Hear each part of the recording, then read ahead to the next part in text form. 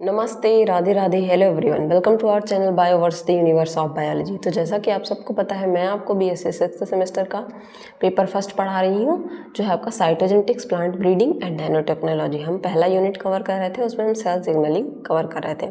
Cell signalling में already हमने बहुत सारी चीज़ें कवर कर ली हैं। आज ये इसका लास्ट लेक्चर होगा, जिसमें हम इसमें रिसेप्टर के बारे में पढ़ेंगे।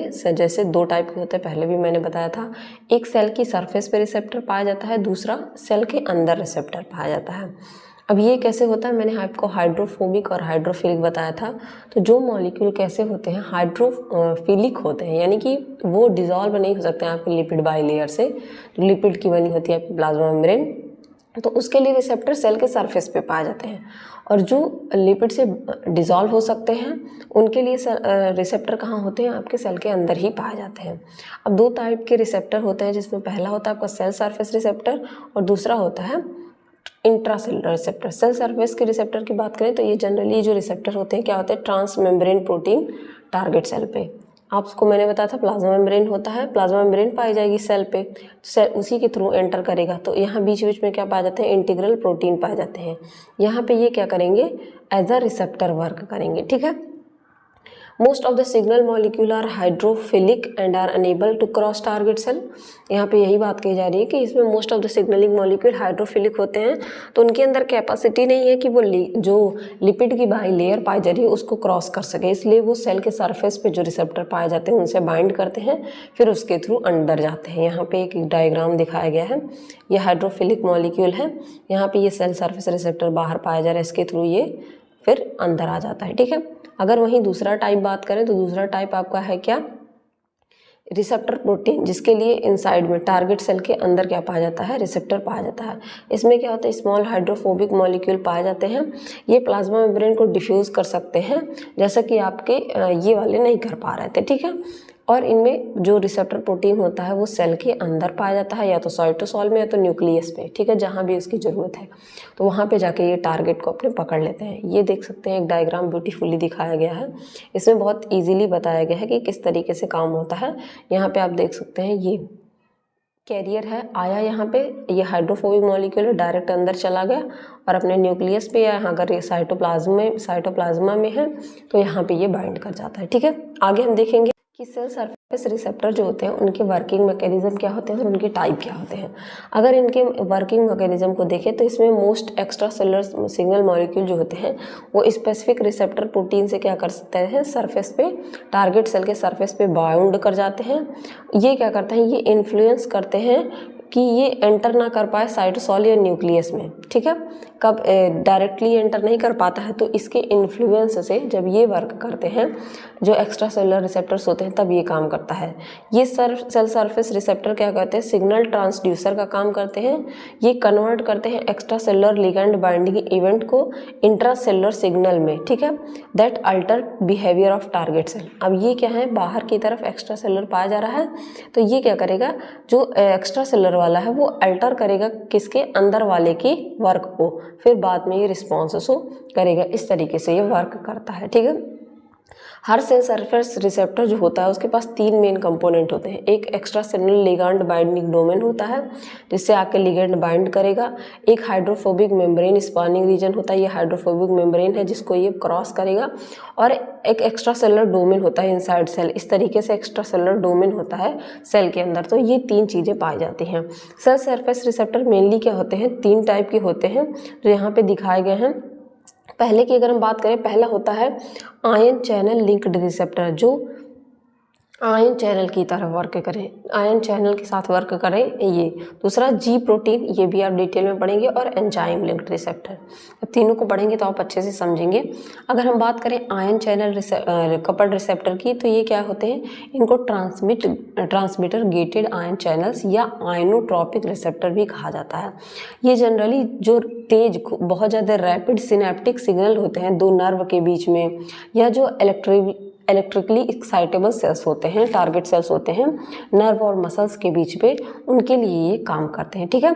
ये जो सिग्नलिंग होती है ये किससे मीडिएट होती है, किससे स्टार्ट होती है, जब स्मॉल नंबर के न्यूरोट्रांसमीटर की बात मैंने तब भी आपको बताई थी, जब सिनेप्टिक सिग्नलिंग के बारे में मैंने आपको बताया था कि किस तरीके से होता है। टाइप्स जब मैंने जक्स्ट्राक्राइन, पैराक्राइन, एंडोक्राइन, ये सब बताया था, वहाँ पे बताया था।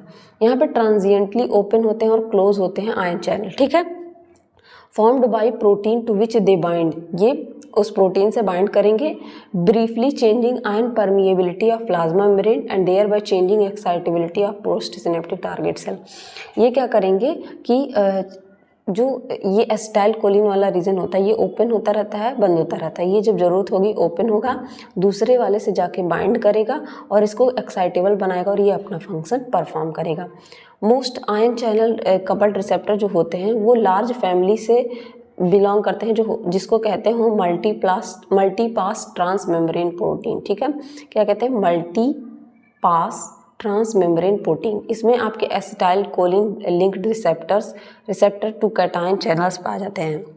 जब एक लिगेंड जो होता है बाइंड करता है extra cellular region of channel से, यहाँ पे कन्फर्मेशन चेंज हो जाता है प्रोटीन के स्ट्रक्चर में, ठीक है।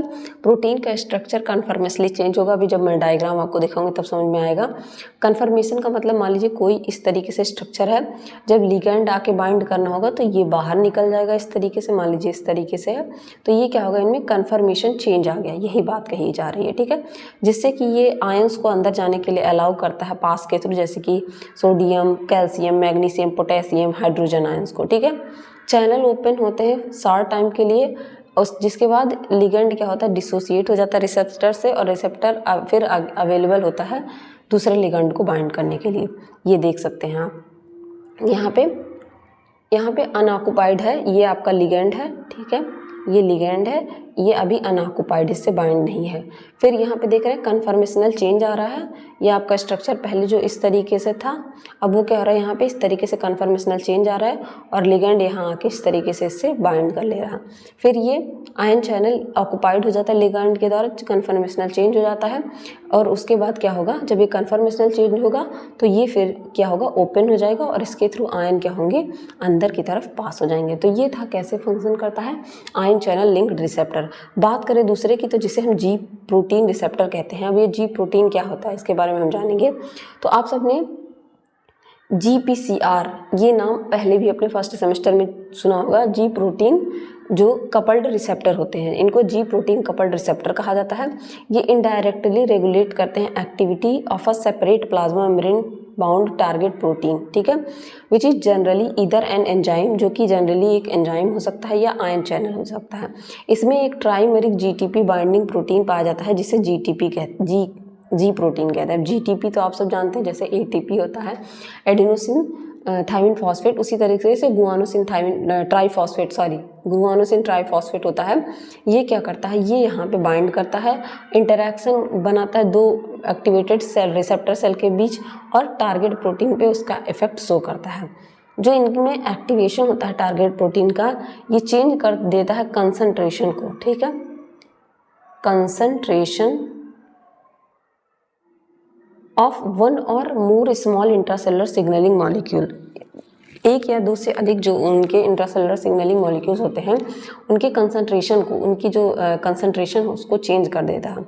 अगर टारगेट प्रोटीन जो है एक एंजाइम है तब, या it can change ion permeability of plasma membrane, ये आयन की परमिएबिलिटी को चेंज कर देता है अगर टारगेट प्रोटीन आयन चैनल है, ठीक है। Small intracellular signalling molecule act करते हैं, जो इसमें क्या एक्ट करने के दौरान ये अल्टर कर देते हैं बिहेवियर को yet other signalling protein in cell, ठीक है। यहाँ पे देख सकते हैं ये स्ट्रक्चर आपको दिखाया गया है। ये एक क्या है, इनएक्टिव रिसेप्टर है, ठीक है, रिसेप्टर है, इनएक्टिव है अभी। ये आपका इनएक्टिव जी प्रोटीन है और ये इनएक्टिव एंजाइम है। यहाँ पे एक सिग्नल मॉलिक्यूल आया, ये क्या किया, एक्टिवेट कर दिया रिसेप्टर को और जी प्रोटीन को। यहाँ पे देख सकते हैं दोनों एक्टिवेट हो गए।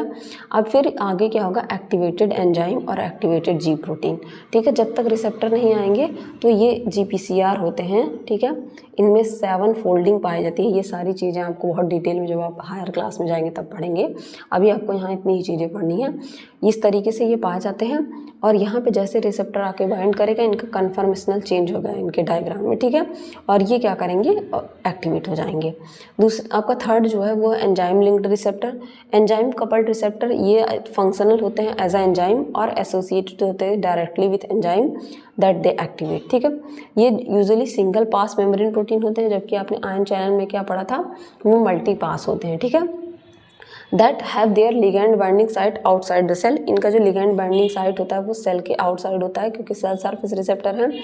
और इनके कैटालिटिक और एंजाइम बाइंडिंग साइट जो अंदर होते हैं, कैटालिटिक या एंजाइम बाइंडिंग साइट अंदर होते हैं, ठीक है। ये क्या होते हैं, हेट्रोजीनस होते हैं इन स्ट्रक्चर, मतलब इनके स्ट्रक्चर डिफरेंट पाए जाएंगे, होमोजीनस नहीं हो जाएंगे। मल्टी पास में क्या था, आपने होमोजीनस पढ़ा था, होमो का मतलब सेम स्ट्रक्चर पाए जाएंगे, जैसे भी रहेंगे, ठीक है। लेकिन यहाँ पे स्ट्रक्चर हेट्रोजीनस होता है compared with other two classes, ठीक है।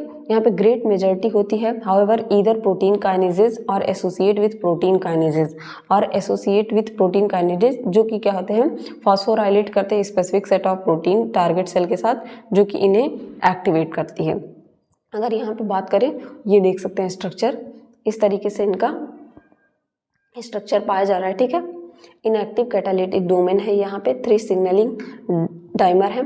जब यहाँ पे इस तरीके का स्ट्रक्चर आ रहा है तो ये क्या करेंगे, एक्टिव कैटालिटिक डोमेन बन जाते हैं, ठीक है। यहाँ पे बात करें कुछ केसेस में क्या होता है, कुछ केसेस में इंट्रासेलुलर डोमेन जो होते हैं रिसेप्टर के, वो एंजाइम की तरह ही वर्क करने लगते हैं, ठीक है।